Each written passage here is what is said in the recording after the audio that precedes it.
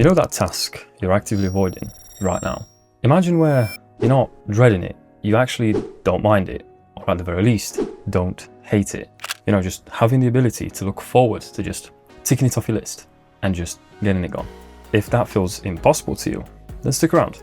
I want to show you how doing the things you hate can actually be quite rewarding. Because let me ask you, how many times have you felt that guilt at the end of the day? You know, that sinking feeling because you've been putting it off, and then nighttime comes and you tell yourself you'll do it tomorrow. You know, don't get me wrong, we're all gonna have things we're gonna put off because we just can't be bothered to do them, boring or uncomfortable, and that's completely okay. But that only happens because we don't care for it in the moment, because more often than not it doesn't really give us a instant reward. We're not change, it's just done. And our brains are these funny things that are just wired to avoid any kind of discomfort we throw at it.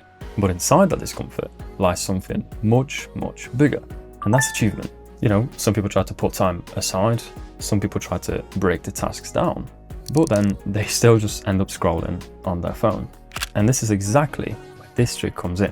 But let's pause a minute. Firstly, I want to tell you why this matters before I tell you what it is.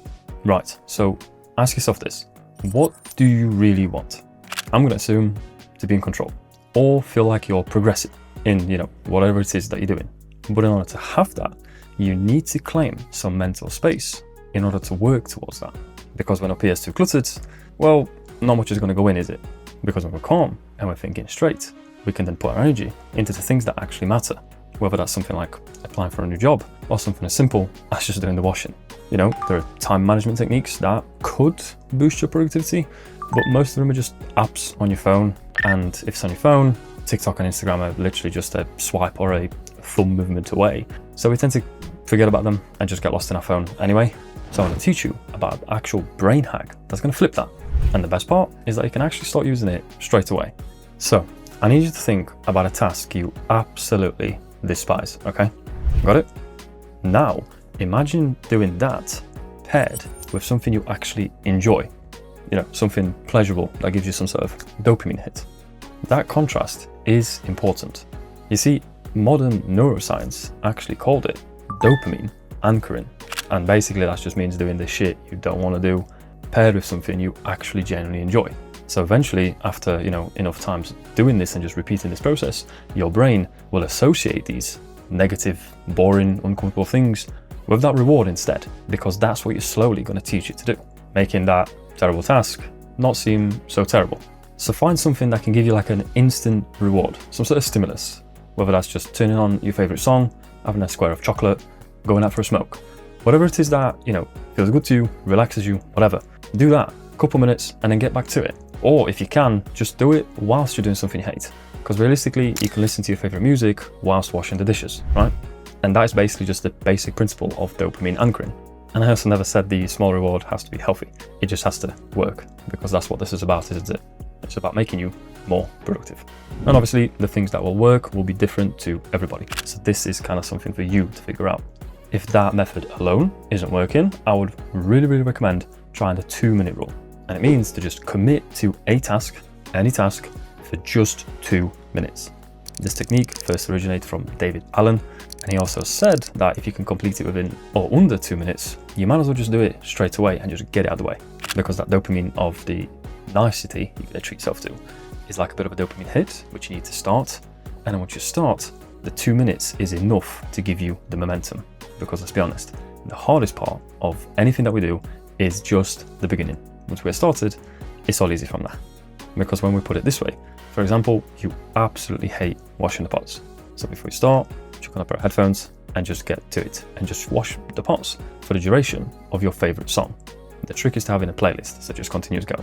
You're probably going to find yourself that after your song finishes, you're just going to continue without even realizing it, because the first 2 minutes were the hardest, but you made it a little bit more enjoyable by doing something simultaneously that you actually enjoy.